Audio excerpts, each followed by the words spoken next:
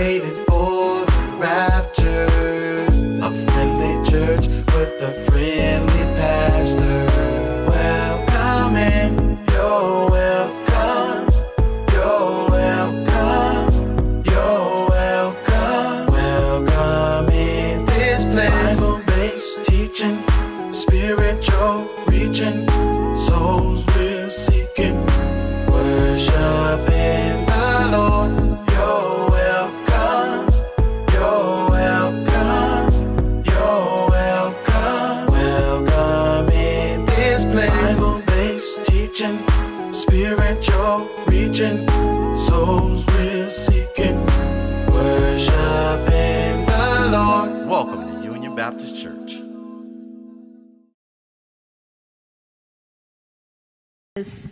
Family, friends, and a few of our observers.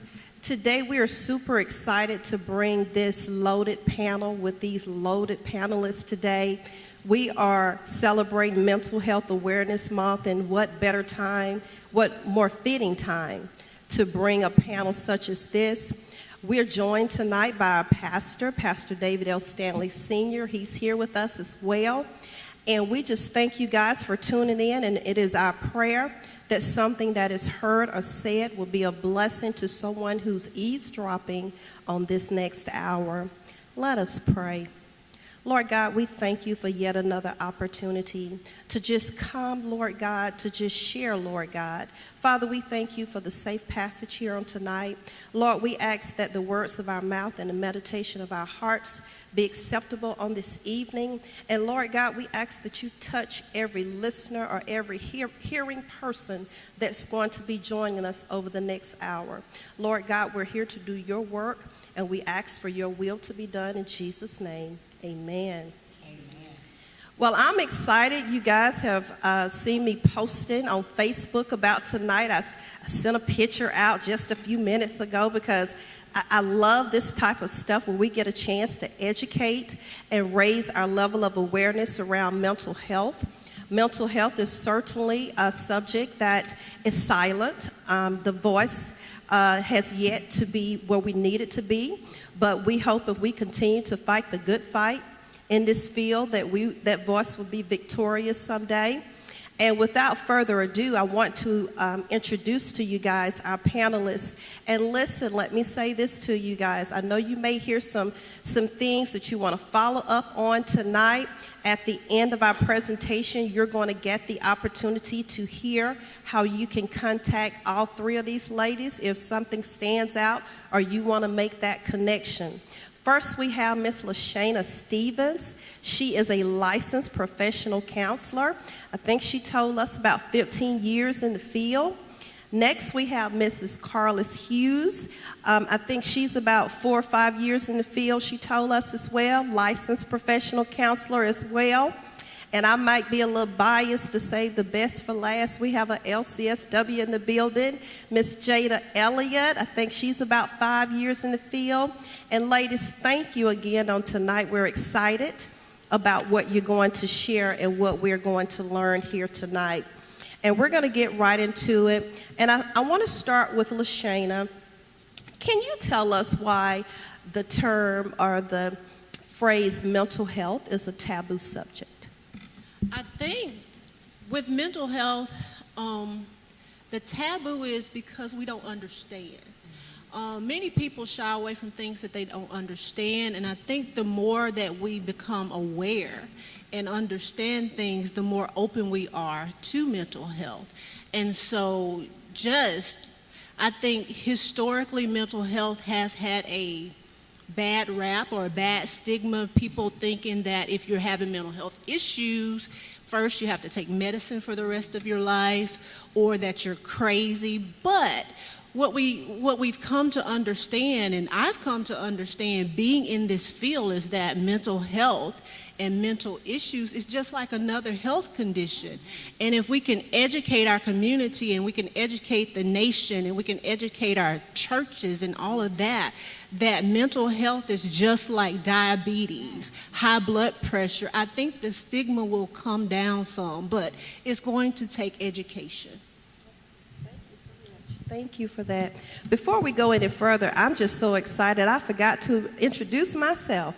I am Monica A. Swain. I'm a licensed clinical social worker, and I've been doing this about 30 years, so I guess I'm the old school person on the panel tonight. So thank you for that. Our next question. Can you tell us, Carlos, during the pandemic, what do you believe people have suffered from the most? I believe people have suffered the most with anxiety, depression, social isolation and withdrawal, financial instability, as well as unemployment. And of course, if someone actually tested positive for COVID, dealing with the physical aspect of having COVID, just knowing that I have COVID, whether there is mild symptoms or some of the more serious symptoms. Some of the protective factors that we had were basically taken away, such as having employment or having a sense of social connectedness, access to physical exercise, your daily routine. All those things were interrupted. And in general, activities that provided us with self-care. That's a lot of the things that was significantly affected by the pandemic and what most people do suffer with. Thank you for that. I want to piggyback to the community because, Lashayna, you told us about why it's a taboo subject. Carlos, you told us about how we've suffered most during the pandemic. Jada, I want to ask this question to you. How can the community alleviate the negative stigma surrounded by mental health? I think it's important that we look at mental health as we look at physical health. We think about someone who has a broken leg and we make accommodations for them. We open the door for them. We make sure that they're off work. But when we have mental health challenges, many times they're suffering in silence. We don't take off work when our heart's broken. We don't take off work when we have been abandoned or rejected. So looking at mental health as a facet of the whole holistic being is number one. And also doing what you're doing, Monica, and bringing awareness to mental health and recognizing that mental health is just a part of our health as our physical health, our spiritual health, our emotional health. And that's how we can educate and change the negative stigma surrounding mental health. Thank you. Lashayna, I want to ask you this question. Can suicide be prevented? I'm going to give you a practical answer to that question. The hope answer is yes, it can be prevented. However, the practical answer is yes and no. Because we need to understand the signs of someone that may be thinking about suicide. So as one of your loved ones, if you notice your loved ones changing and start to talk about, not being here, start to give away things, start to kind of make arrangements, we need to understand and know what the signs are. However, and I just dealt with a suicide 2 days ago, and we had saw that individual several times, and he made there was no inkling that he was even thinking about suicide. So I answer yes and no, because sometimes there are signs, and sometimes when people make up in their mind that they're going to do it, we may not know. But the thing that I can encourage is that pay attention to your loved ones, check in on them. We are all going through something, especially going through a pandemic for the last 2 years. People are hopeless. They're alone. They're anxious. Some people that did go through COVID are suffering from PTSD. So check in on your people. Check in on your loved ones. Check in on your friends. But I guess my final answer would be yes and no. Thank you for that. And I just want to chime in. Can I chime in? Okay, thank y'all so much. And I just want to share this for our listeners because, like Lashayna said, you know, this person didn't give any type of inkling of a sign. So many times when we're dealing with people and they are feeling hopeless or they don't want to get out of bed, we're in crisis mode and we're like, oh, we need to watch this person. And you do need to watch them, but here's who you really need to watch. You know, that walking around, how you doing today? Blessed and highly favored. Everything, all is well, all is well. These are the people that we need to be watching as well, because understand something about someone that's intentional about taking their life. They want to keep you as far away from their reality as possible, so they're not going to give you anything that would make you feel concerned for them. So I just wanted to share that. Okay. Also, I'm going to add this, Monica, about suicide. I'm going to say that in our culture, suicide looks different. You know, in Black culture, we do church differently, we eat differently, we fellowship differently, we commit suicide differently as well. And there are some prominent people in our culture that have committed suicide, and we really don't even recognize it. When we think about Whitney Houston and we think about how she passed away in the bathtub, we may not want to coin that as suicide, but it's suicide. So when we talk about suicide, we don't just talk about the person that shoots themselves in the head. We don't talk about the person who slits their wrist. We also talk about the person who's non-compliant with their medications. We talk about the people that perform risky behaviors.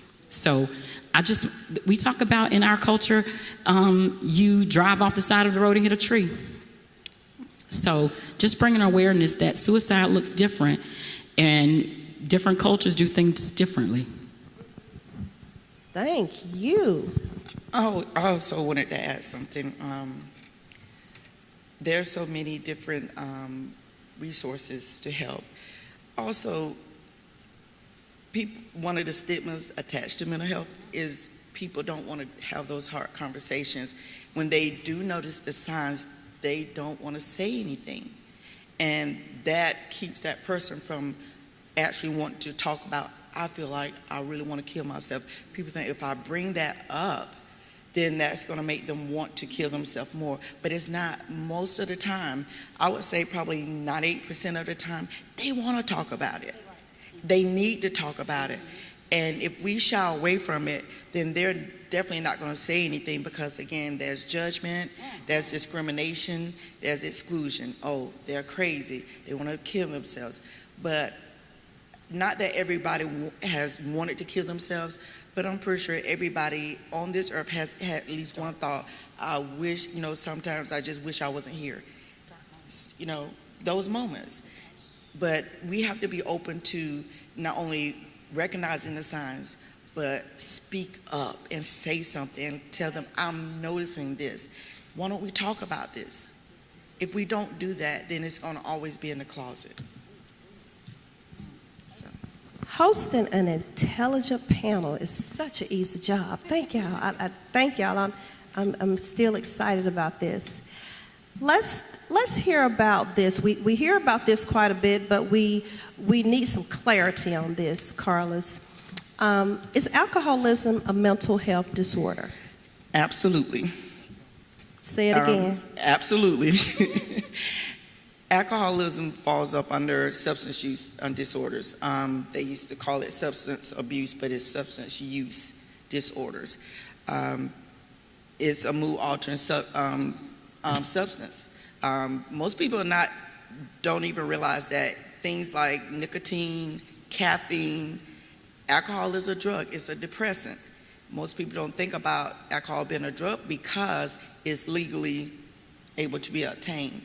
But yes, the simple answer is yes, it is a mental health disorder. Thank you for that. Jada, can you tell us, we hear it all the time, so now we want to really know, because sometimes we say things and we're just talking and we really don't know what we're talking about. Can you tell us what PTSD stands for and give us a little summary around some of the symptoms? PTSD stands for post-traumatic stress disorder.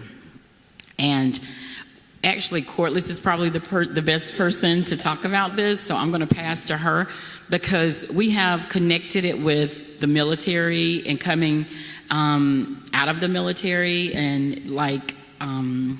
transitioning back into real world kind of stuff. But I actually have a lot of NFL football players that have post-traumatic stress disorder, and you think about them thinking about getting hit all day or during practice, suffering a brain injury. So I'm going to pass over to Corliss where she can talk about that component.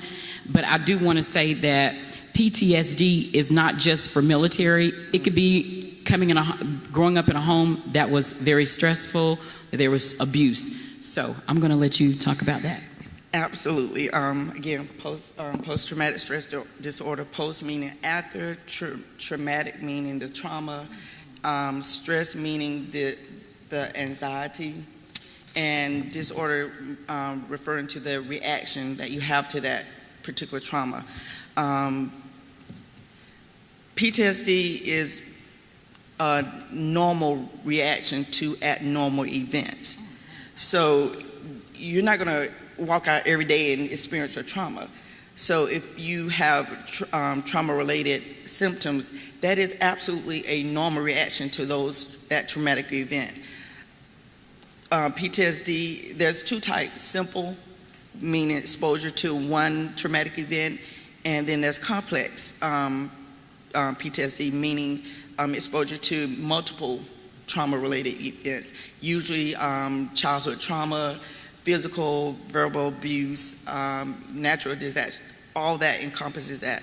The symptoms of PTSD usually involve anxiety, depression, sleeplessness, flashbacks, nightmares, hypervigilance, which some people may call being a little OCD, but it's not being paranoid, but really it's just you constantly in flight or fight mode.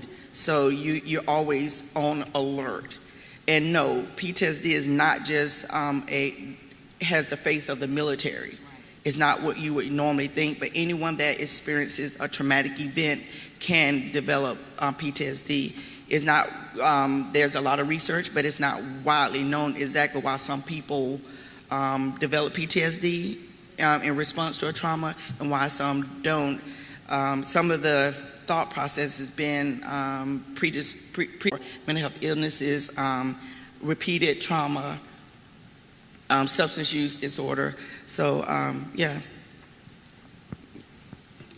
I would also like to add, when she said that it's not understood why some people develop PTSD and some people don't, what we do want to stress here tonight is if someone experienced a near-death experience or a trauma or something like that, the sooner you get treatment, the less likely you are to develop PTSD. Because right after a trauma, you would have something called acute stress disorder. And then if you don't get treated, that acute stress disorder can develop into PTSD. So we want to encourage people, and us coming off a pandemic, we have to realize that people that had COVID, some of them have PTSD now, because there were a lot of people that had near-death experiences, and so they're anxious about being in the community, about being out around people. So we have to recognize that PTSD don't look like what it used to look like, but we want to help people understand that the sooner you get treatment, the less likely that acute stress disorder can develop into PTSD. This is just so good. So good. I got my own questions now, because I think we need to just put a pin right here for a second and talk about the effectiveness of treatment. And just like with a physical disorder or a physical ailment, when we're dealing with our mental health, we rather hear the physician or the therapist say, we got this on the front end, so now we can walk you through this, as opposed to you ignored it and now it's, we're restricted in what we can do. I want to ask this question.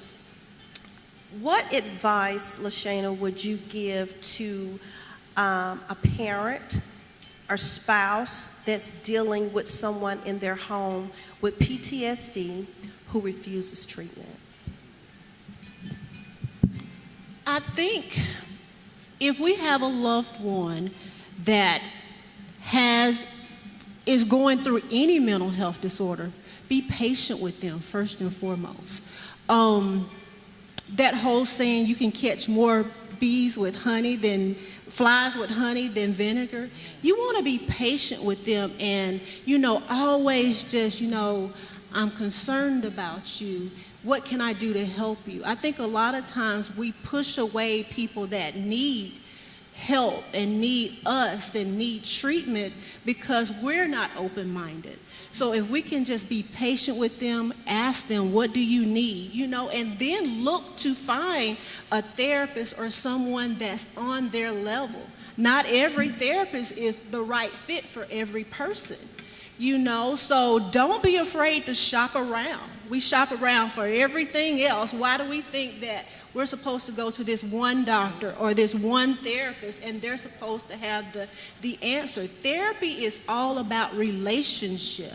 And so if your child or your spouse is not comfortable with that therapist that you chose, don't be afraid to pull that person out of treatment and seek someone else that can better meet the needs of your loved one or you yourself.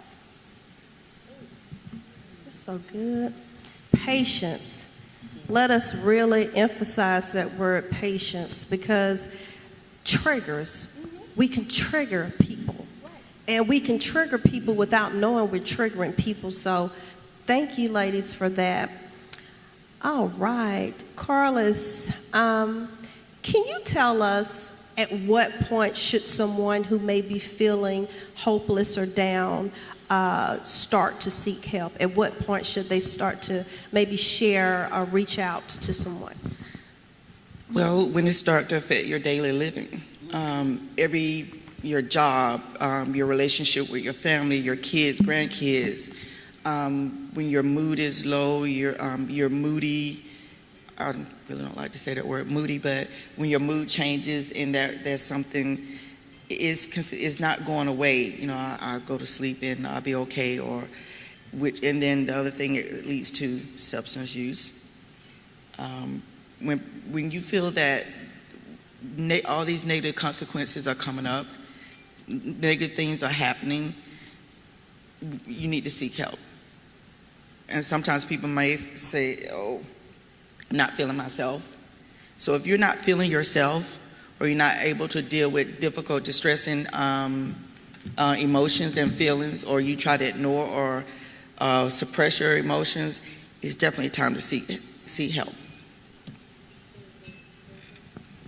Anyone else have anything to add to that? Okay. I have a question. This is a bonus question. This is a bonus question for these ladies because I know they have a good answer for us. Let's talk about this. This is kind of related to the community piece, Jada.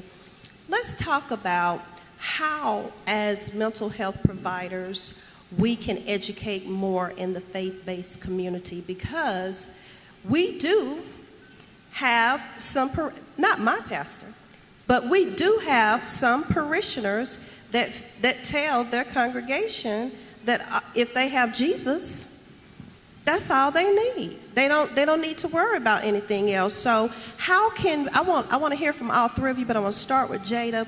How can we start to educate, to bring more awareness to the churches? Because some people are struggling because they're sitting under a spiritual leader that says, go to the New and the Old Testament and you'll be okay.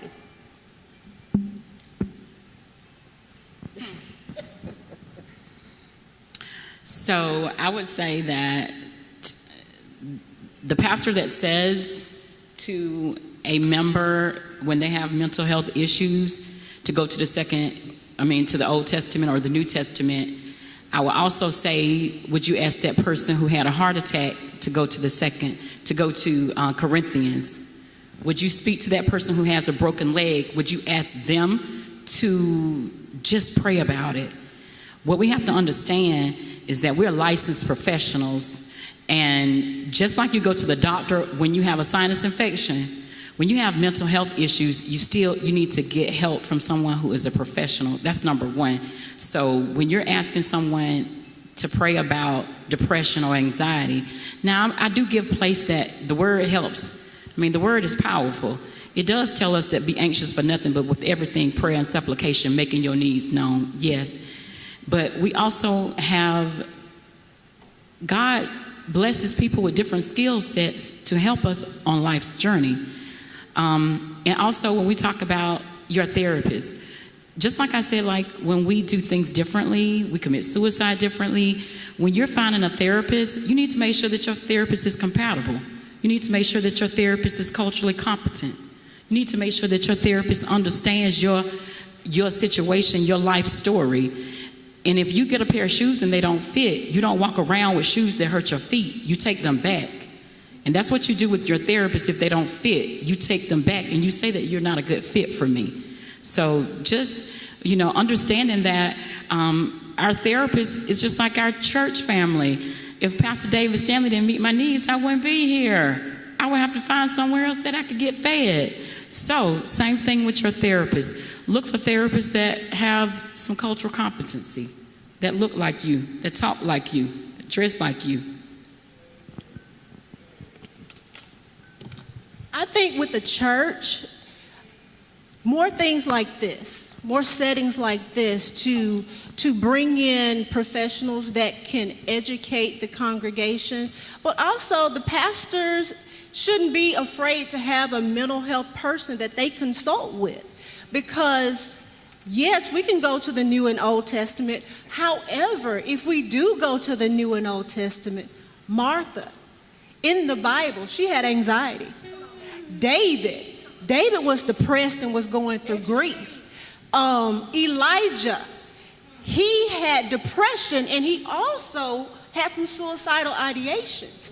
So if we can become aware and educated, the pulpit on Sunday morning is the prime time. People are watching, people are listening.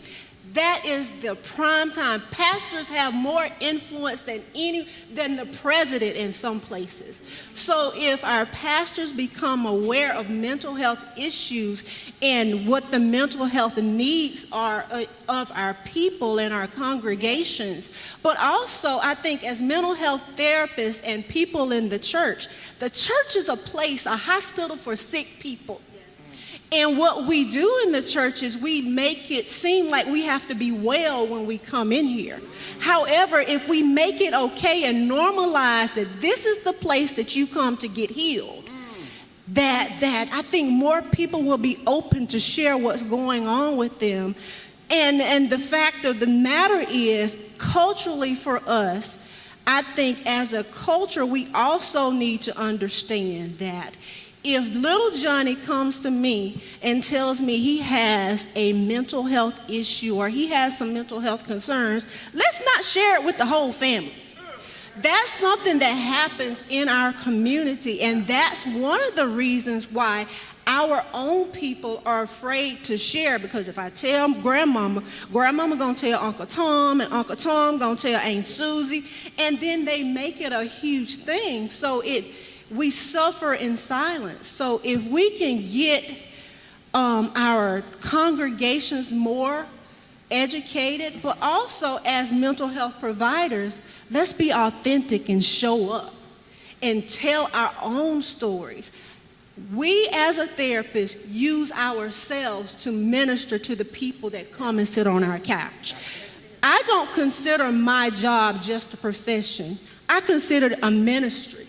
And if I can show up and tell people that I suffered from postpartum depression, I have been depressed, people are more likely to tell me their story and feel comfortable. But what happens is they come and they sit down on my couch, and I got on my cute cardigan and my nice shoes, and they think I haven't went through anything. And so how can she tell me how to heal and she's not dealing with anything?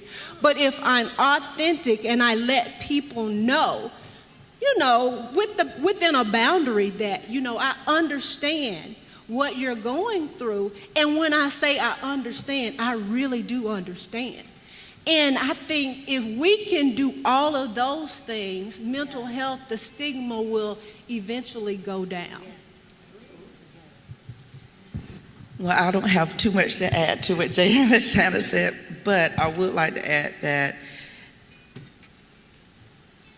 things like we have health fairs. Why not have a mental health fair? Promote those type things. Just like you can be healed, physically, you can be healed mentally, recover. And we know that God can heal anything or anybody in any method, any way that He wants to. So, you hear that song, doctor in the hospital room, the lawyer in the courtroom or whatever. Well, God gives us those skills. No, this is not just a profession for me. This is my calling. This is my ministry, because I have something to give, and I hope that others would want to receive. But we can have mental health fairs. We can have more conferences that target certain populations, young kids, teenage girls before they hit that puberty age, and understand that I'm special. Who I am special. I am worthy. I am deserving. Males, older people, the whole gamut, just different populations that we can speak to, have conferences for, and have that mental health fair. Make it fun. People like to, have fun. We could have a Family Feud mental health, game, but seriously, education, understanding that that the church has its place, and I'm thankful that we have a pastor that promotes mental health, and when you can divert to other people in their profession. I couldn't get up every day, every Sunday, and do what Pastor Stanley does. I'm not going to even pretend I can. But I know that these two ladies that I'm sitting next to, as well as myself, are very capable, skillful, genuine therapists. That's what we do. Utilize an underutilized service. Get healing for your mind like you get healing for your body. Jada, did you have?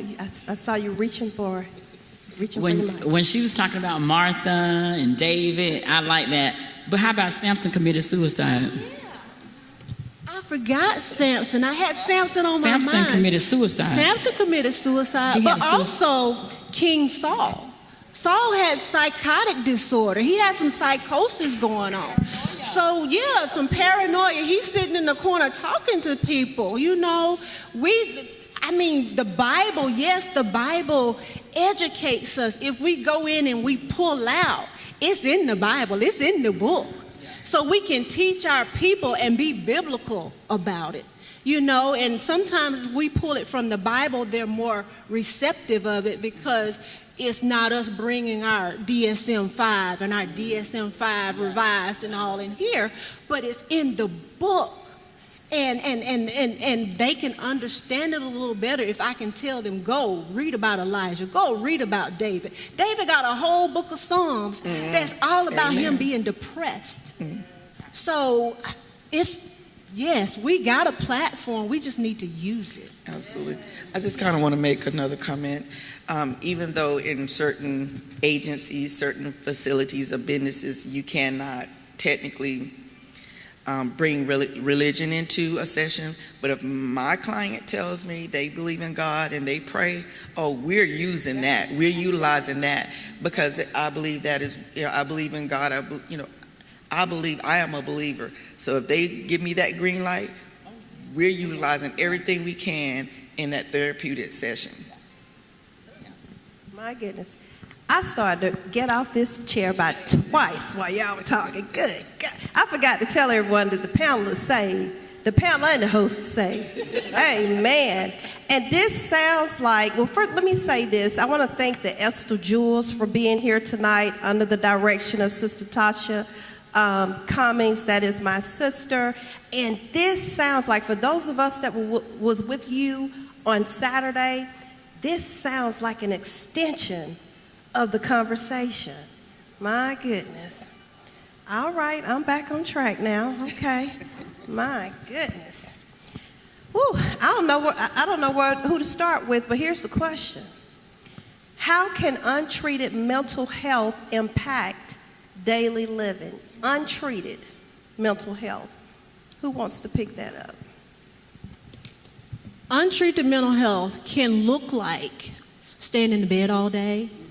It can look like not eating, not sleeping, and it can lead over into weight loss. It can lead over into not going to work.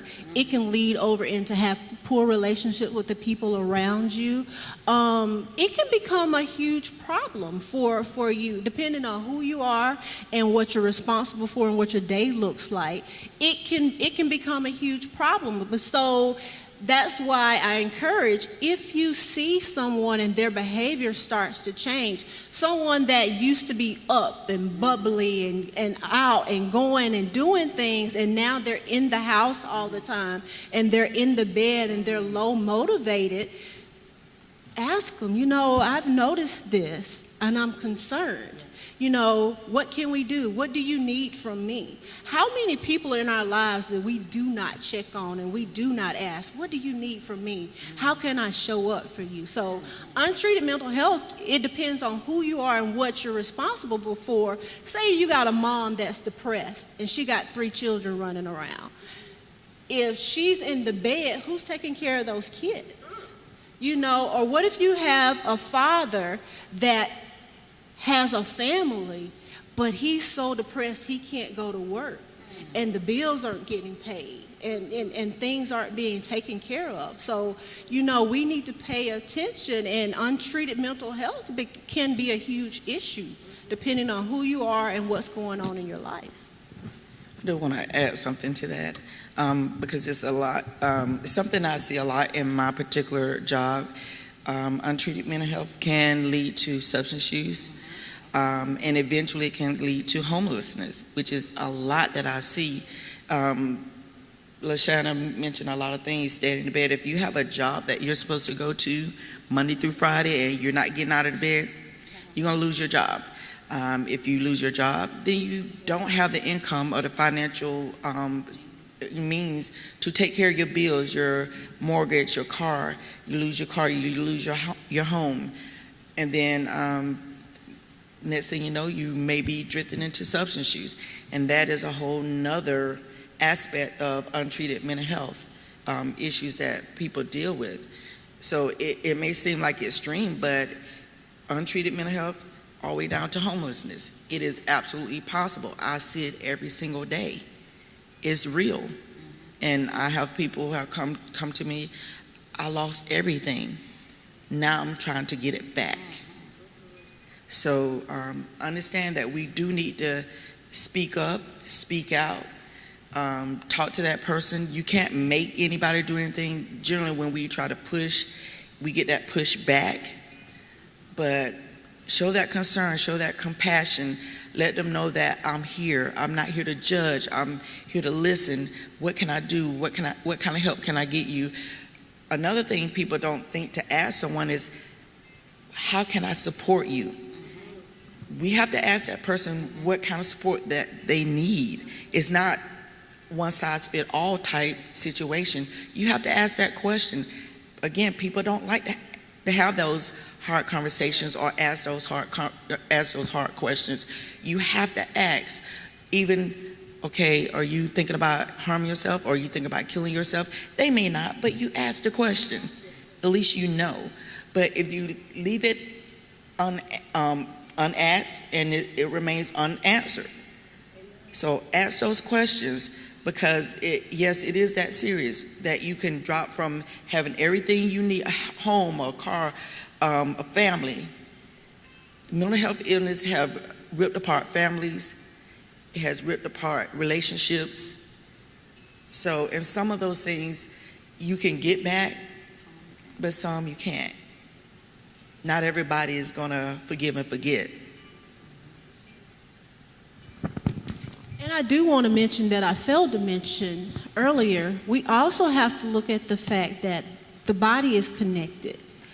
The mind, the body, the soul, all of it is connected. So sometimes we can have untreated mental health issues that start to present themselves as somatic complaints. So you have depression that can end up as a somatic complaint. You may have high blood pressure, you may have some stomach stuff going on.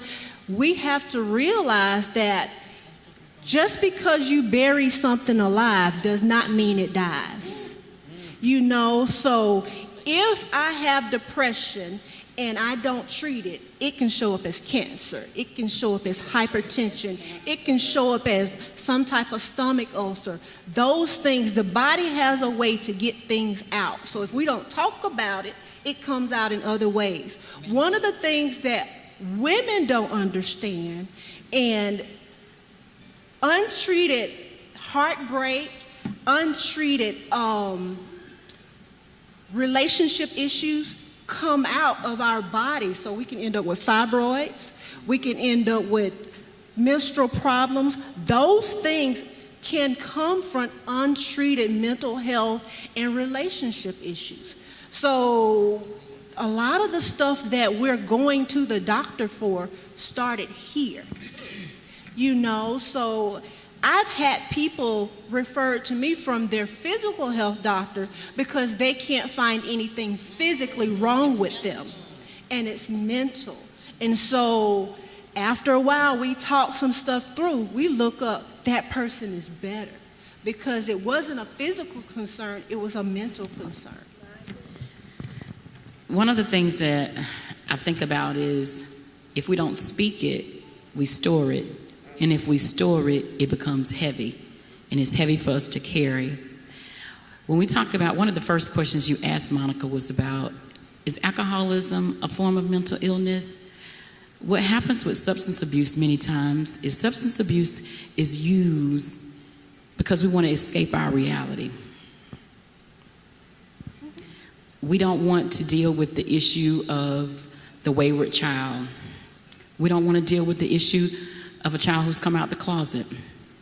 We don't want to deal with the issue of child molestation, so we start drinking, or we start taking Loratab, or we start self-medicating, and we're medicating something physically when many times the issue is a mental, emotional issue.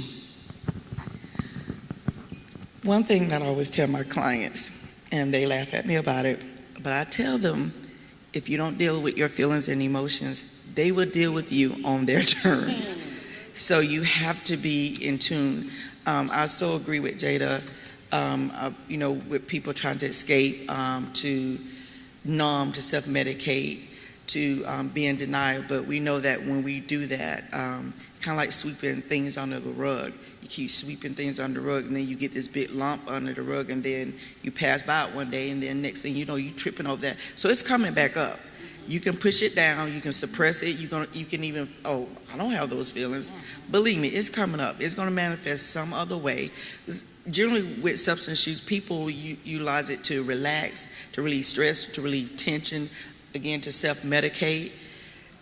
All these things, and even happy occasion, people think, oh, it's just negative things. No, people use substances to celebrate, celebratory events.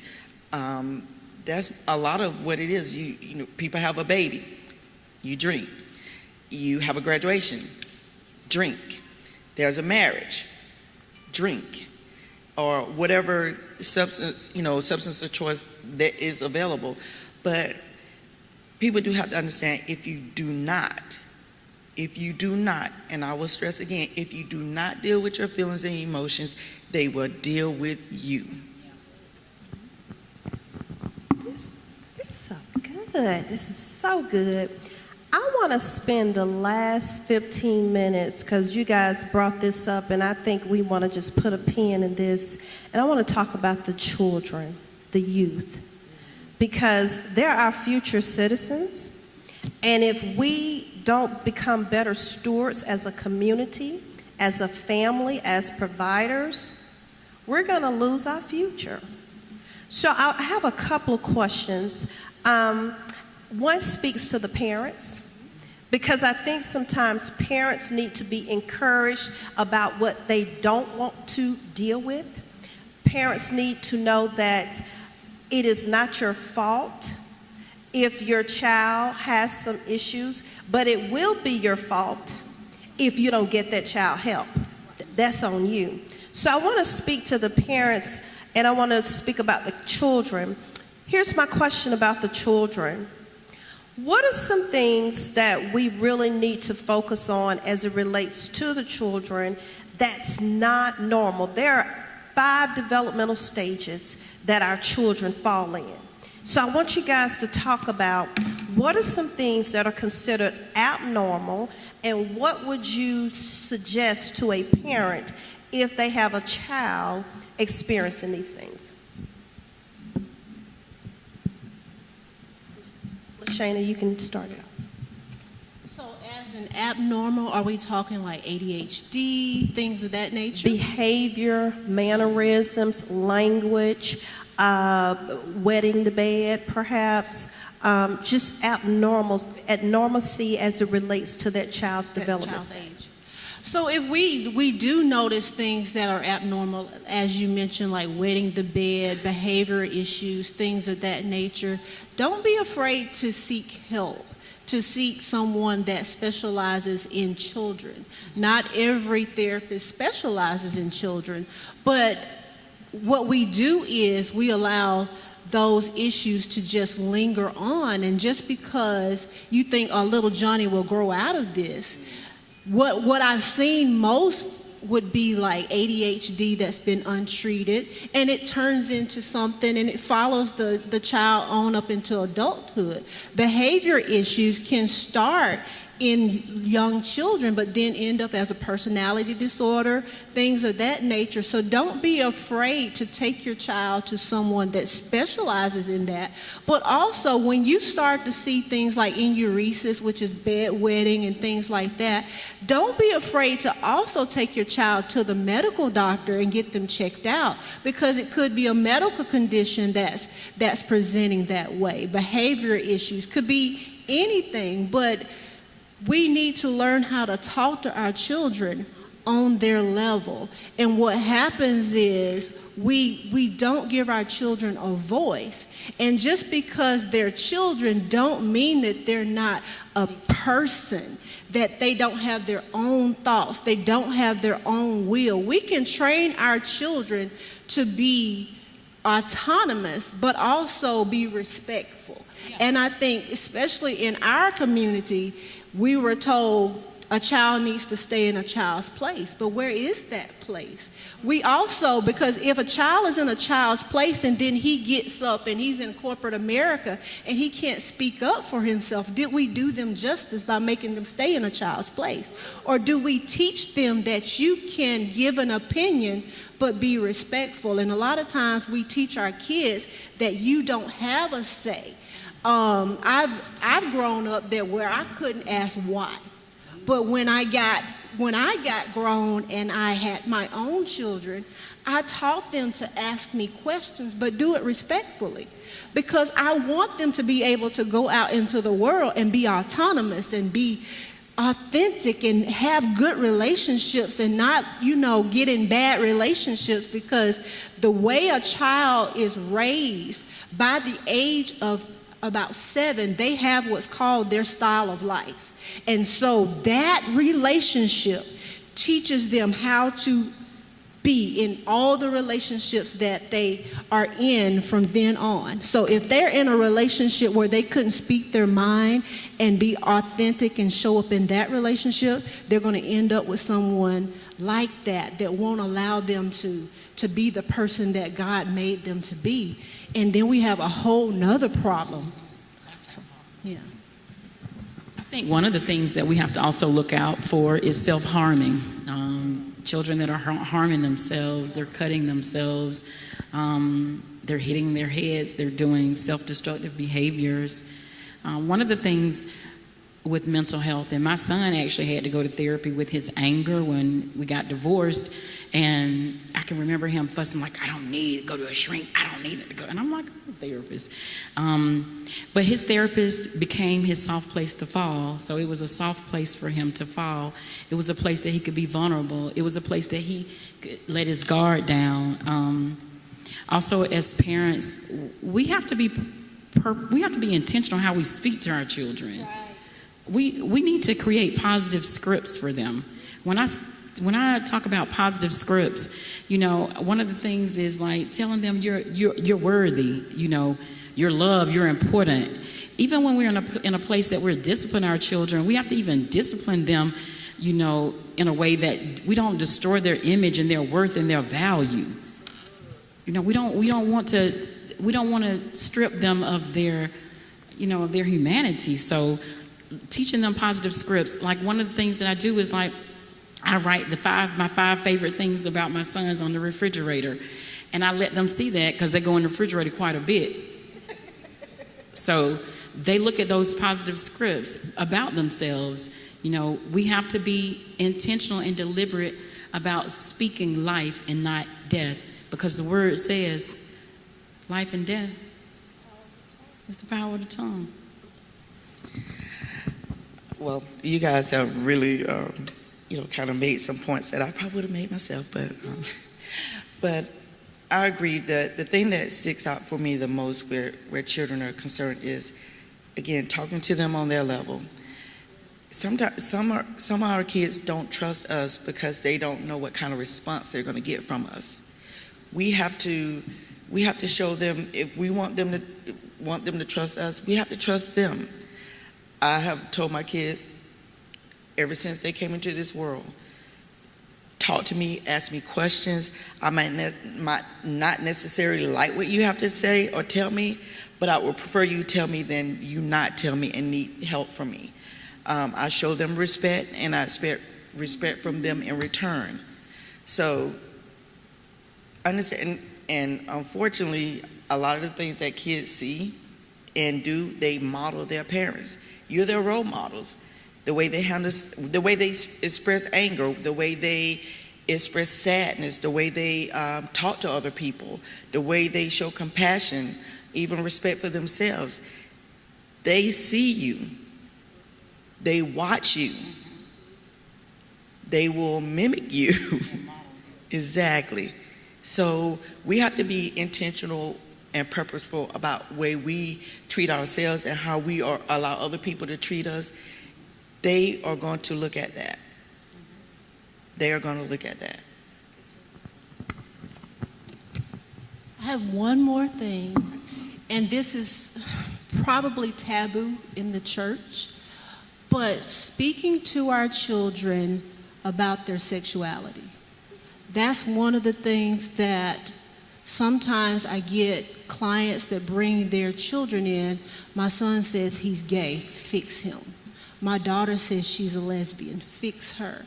But however, we need to have conversations with our kids and just don't think that we can just fix them. Sometimes it will be like you want it, but let's have a conversation with them and not shun them and make them feel judged and make them feel inferior because they're exploring. So I think sometimes parents don't want to deal with that at all, but we're living in a world where children are exploring a lot of things, whether it be the clothes they wear, the people they hang out with. But we have to be open and have conversations with our children, and don't let the world teach them. Our job is for us to teach them and educate them. And if there's something as a parent that I don't know about, I'm finna go ask somebody so I can go and talk to that little boy around the corner and that girl in the other room, because I don't want the world raising my children. I want them to be comfortable coming and asking me anything.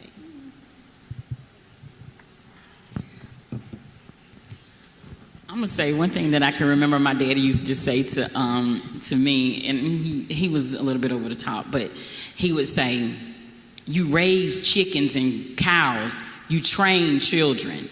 So he's like, raising is just putting them, making sure they've got food, but training is purposeful, is repetitive, is something that is done every single day. So training looks very different from raising. And like I said, you don't put your children out to the pasture. My dad's like, "You raise chickens and cows, you train children." And he ran like a training program, and training looks different. So when we're talking about our children, we're training them to speak up, we're training them to articulate their emotions. We're not telling them to shut up because I said so. That's why I'm like, no, we're giving them the ability to learn how to self-govern. We want them to be able to have their own thoughts and opinions, like Lashayna was saying, respectfully, but we are responsible for training.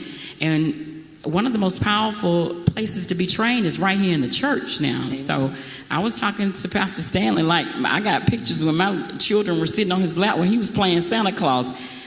This is not a place like that they just became accustomed to. This is something they grew up here. They grew up going like, "Are we gonna be able to go to early morning? We can have breakfast." No, we ain't gonna be able to make it to early morning. But so that's a part of that training process, is training your children in an environment in which everybody's putting their hands on them.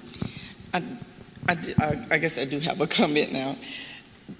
Yelling and screaming at your child, it just teaches them how to yell and scream just as loud as you.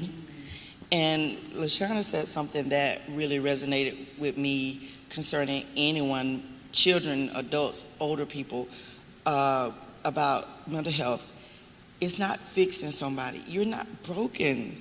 Right. We need to heal and recover. You're not broken.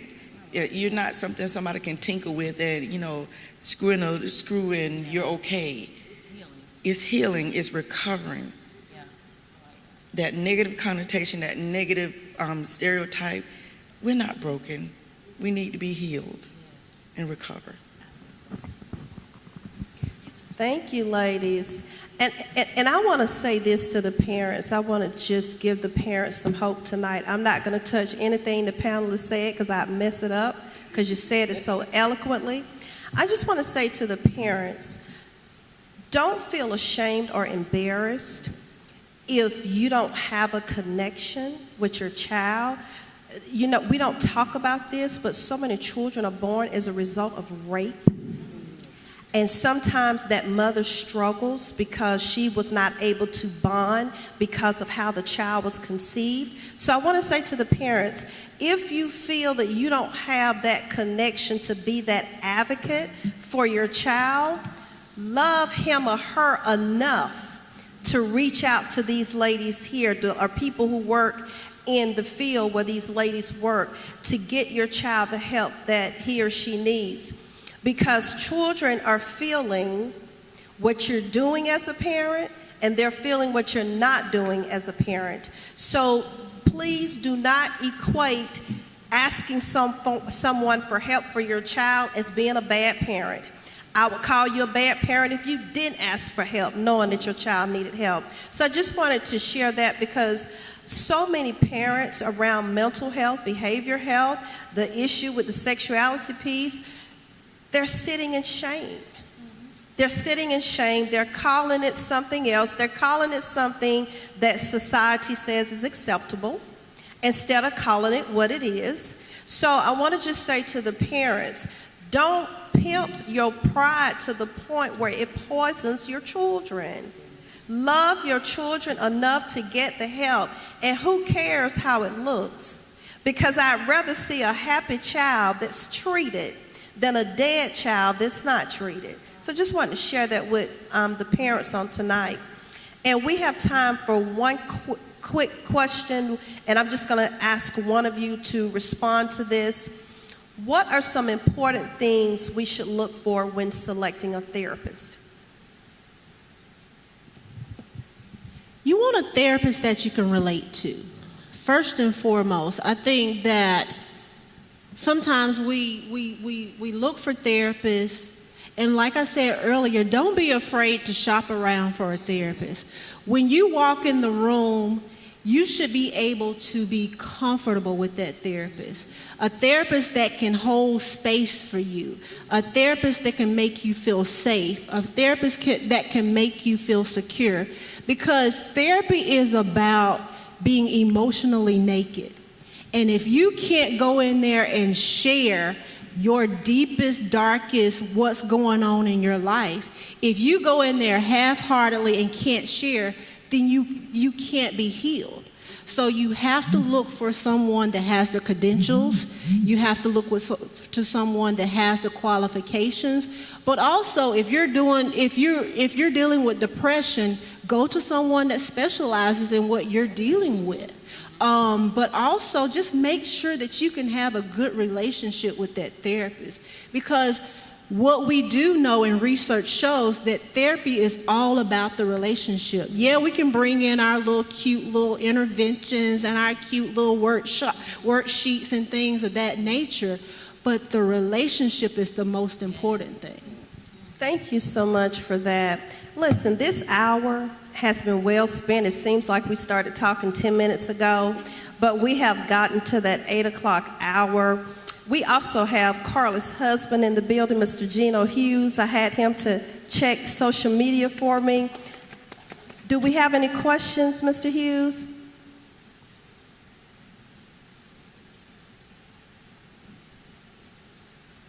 And while he's looking for the question, our pastor, Reverend David L. Stanley Sr., he has a question. So, Pastor, if you want to come on with your question first.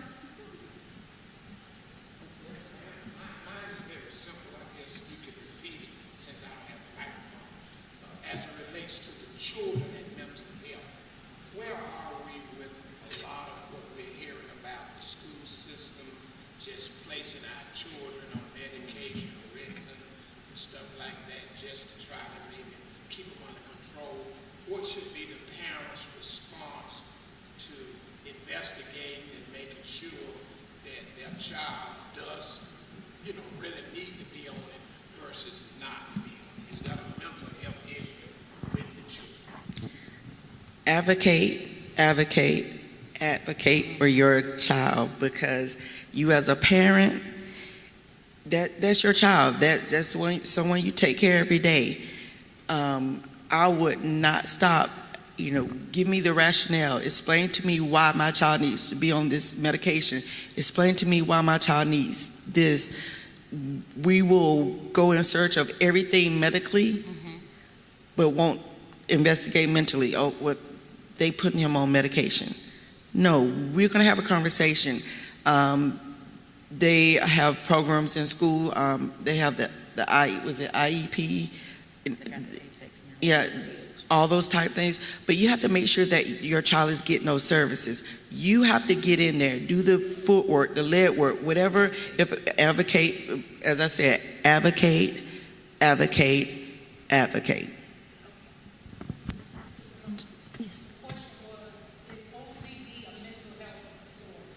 Okay, thank you, Sister Carter. Is OCD a mental health disorder? Who wants to take that? OCD is most definitely a mental health disorder. It's called obsessive compulsive disorder, and it falls under anxiety disorders, and it is treatable, but yes, it is a mental health disorder. Do we have any more questions? I got one more. Okay. Give me that microphone.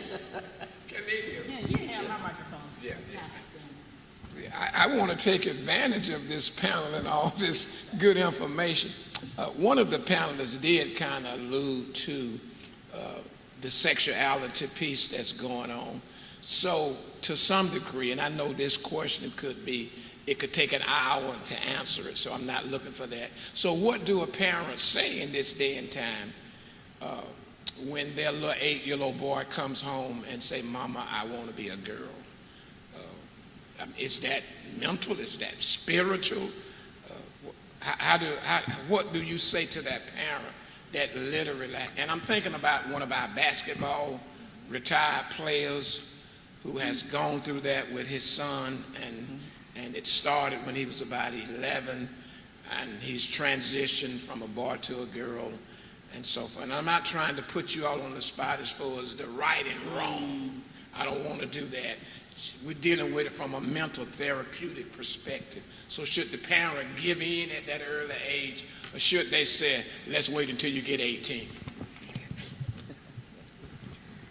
So when we think about our 8-year-old or 9-year-old making decisions, my son told me at 9 that he thought he was ready to drive, but I didn't give him the keys to the car. Even though he can verbalize and communicate that he felt like he was ready to drive, as a parent, I knew that he was not mentally ready. He wasn't physically. His foot couldn't even touch the pedal or the brake, and he had no clue about how serious it was. He could have killed himself.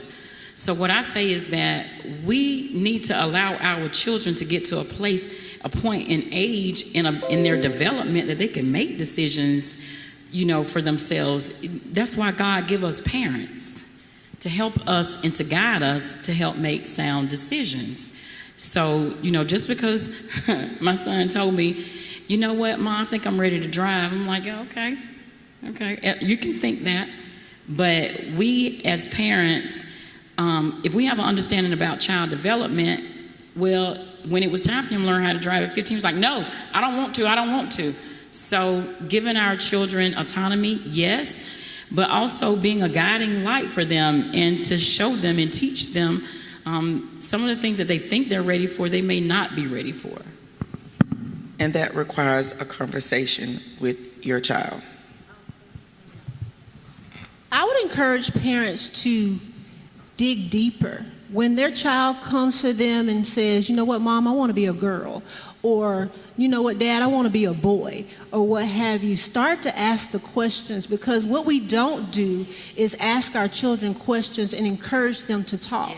Sometimes when a child comes and they say, I want to change to a girl, or I want to change to a boy, that may be an indication that there's been some child sexual abuse.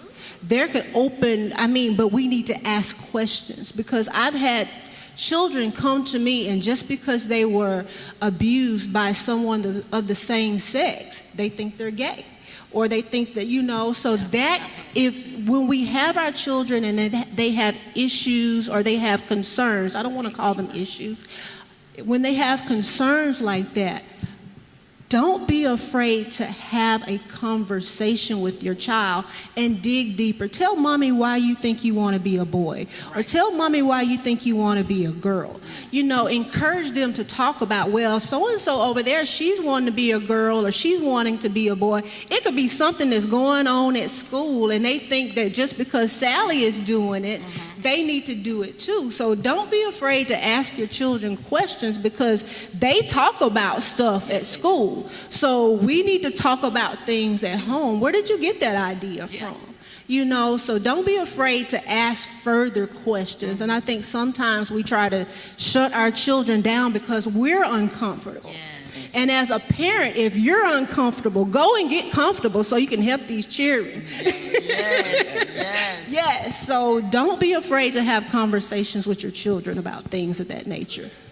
And that comes from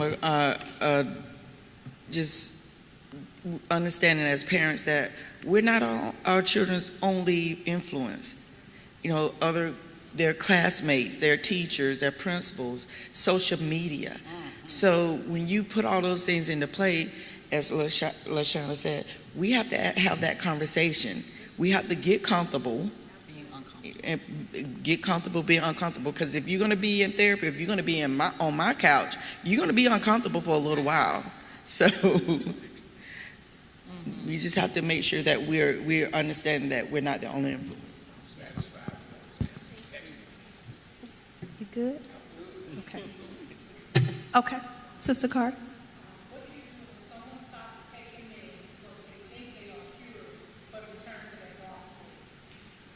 What do you do when someone stops taking meds and returns to that, because they think they're cured, and returns to that dark place? Unfortunately, especially if they are adults, you can talk to them.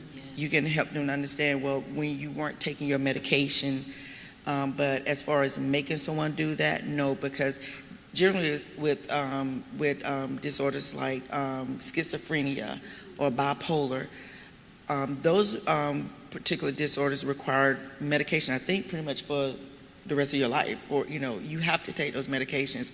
But when you're taking those medications, you're feeling good. So you start feeling good. I'm feeling like myself, so I don't need these anymore. Or sometimes people say, well, they're making me feel, not myself, lethargic, or I feel like a zombie. That requires you to talk to your psychiatrist or whoever your prescriber is and see if you can have an adjustment in your medication. But at the end of the day, they have to make the decision to continue to take their medication. But we also have to realize it depends on what their dark place is. So if they're a danger to themselves or someone else, there are the crisis line, there are people that you can call 911. They'll send behavioral health people to your house. And as licensed clinicians, we have the capability to do what's called 1013, and we can actually mandate someone to be placed in a hospital, for their benefit. So there are things that are available to you. You just have to know what those resources are, and it just depends on what that dark place is. But always, everything starts with a conversation, I think, and knowing that person and knowing what's going on with them. Sister Carter, do we have any other questions on? Ooh, that's a good one. What do you do if a child is scared to talk to their parents? That's a good one. I think that then you have to examine the relationship that child has with their parent, because there could be abuse, verbally, physically, sexual abuse. So if that child is absolutely terrified or afraid to talk to their own parents, it may be a reflection of what the relationship is. Also, so there may be some things that my sons don't really want to discuss with me as it relates to girls, as it relates to their sexuality. So it's okay to have an uncle or someone that you can trust to be a soft person, a soft place. Like I said, my son, he tells his therapist so much. It's like, okay, so being able to have different outlets. Your son or your daughter don't have to just talk to you. You got, it used to be a village, like you got an auntie, you got cousins. So having different avenues for your child to travel so they don't have to, and to be honest, like maybe some of the things are not appropriate for the parent to hear with the child when they get to a certain age, but maybe a therapist can be a soft place for them to fall. And if your child is under the age of 18, when they do talk to the therapist, you set up a session with the therapist and you go back to the therapist and you say, I want to talk about some of the things Jonah talked to you about in therapy and sharing with me so I can better figure out how to parent my child. Did I see a hand over here? Miss Jennings.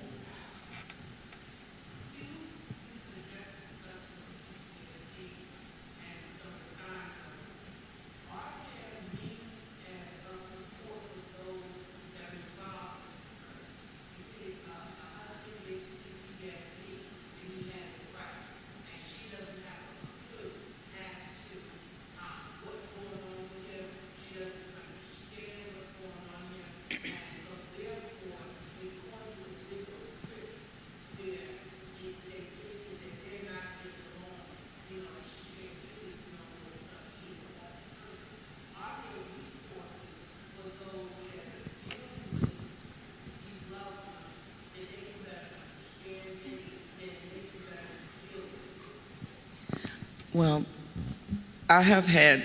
Could you repeat what she said just so they can hear? Basically, you're asking, are there resources that a spouse or someone that's involved with someone who has PTSD symptoms and they're not getting along and there's causing a bigger risk? Is that accurate? Well, one of the things I have done in sessions is invite the spouse to a session. Now, the conditions placed upon that session is that you cannot ask me anything about what we discuss, you and me and the person who is my client. However, you can come as a Q&A, educational piece. You can ask questions about what PTSD entails, because a lot of people really do not understand what it is. A lot of people until tonight did not understand that PTSD stands for post-traumatic stress disorder. So there's that educational piece. There therapy for we recommend therapy for the spouse or the person who's involved with that person, because during that time you need to understand, but then you need to deal with your own feelings and emotion as it relates to that person. And understanding and compassion of what that person is dealing with will go a long way. Instead of just, oh, well, he's just crazy. He's just in one of his moods, or she's just in one of his moods. Understand what that is about, because one of the mainstays or the staples in PTSD is feeling safe.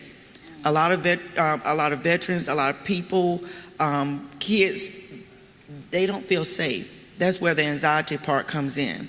There's this, I don't feel safe. Even if you've seen a person or had a person be in the house, they checking the doors 20, 30 times a day to make sure it's locked, or they checking the windows, or they are sleeping with a gun on their mattress, or they have to sleep with the light on, or they have to sleep with the light off. These are different things that you have to understand. I understand what you're going through. I may not be able to know exactly what you're dealing with, but if I understand what the symptoms are and understand, hey, this is going on with him right now, or this is going on with her right now, it'll close the gap a little bit more. But you have to have some therapy for yourself and have some compassion for that person. Very good, very good. Well, listen, ladies, my goodness. Pastor, I feel like this might be a part 2. I don't know. I mean, you guys have given us a wealth of information, education, and if we walk out of here tonight and we weren't leveraged in some way, shame on us, because you guys have really been awesome tonight. And before we close out, there may be someone who did not feel comfortable with putting their question in the chat. And I want each of you to tell us your name again, give us a email contact of reference, so in case someone that was listening tonight may want to contact you guys one-on-one, we'll certainly want to provide the resources for them to do so. So we're going to start with Jada. My name is Jada McNair Elliott. I'm an LCSW. My office is located in beautiful downtown Macon at 152 New Street, Suite 103. The email address to find me would be thebridgecouncil@gmail.com, and that is thebridgecouncil@gmail.com.